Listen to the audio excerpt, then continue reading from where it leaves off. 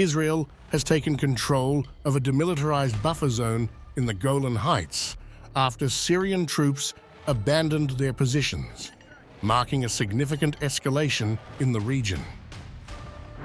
Prime Minister Benjamin Netanyahu announced the move, declaring that the 1974 disengagement agreement with Syria had collapsed following the fall of the Assad regime to rebel forces.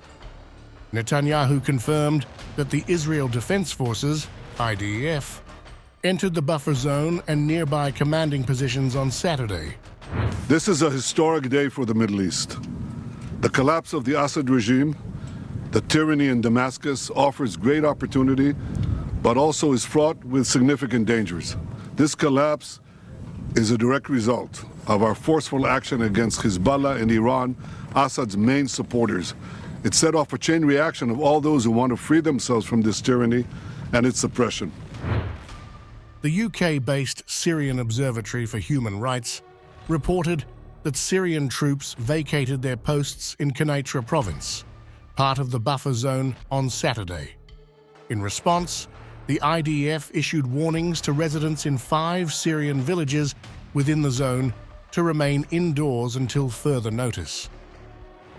The Golan Heights, a strategically vital plateau, has been under Israeli control since its capture from Syria during the 1967 Six-Day War. Israel formally annexed the territory in 1981, a move recognized internationally only by the US in 2019. The situation follows a dramatic shift in Syria, where the Islamist opposition group Hayat Tahrir al-Sham, HTS, toppled Bashar al-Assad's regime and declared Damascus free. Netanyahu described the collapse of Assad's regime as a turning point in the region.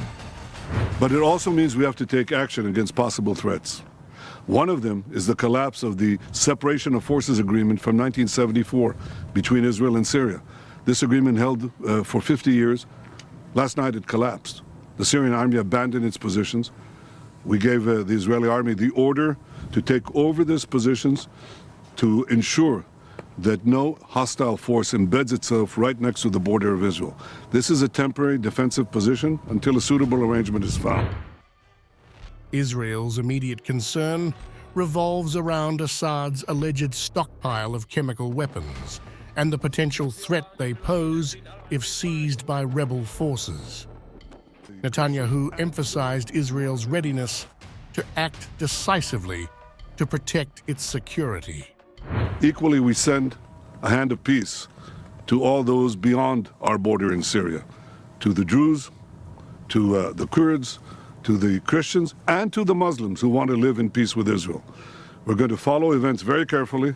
If we can establish neighborly relations and a peaceful relations with the new forces emerging in Syria, that's our desire. But if we do not, we'll do whatever it takes to defend the state of Israel and the border of Israel.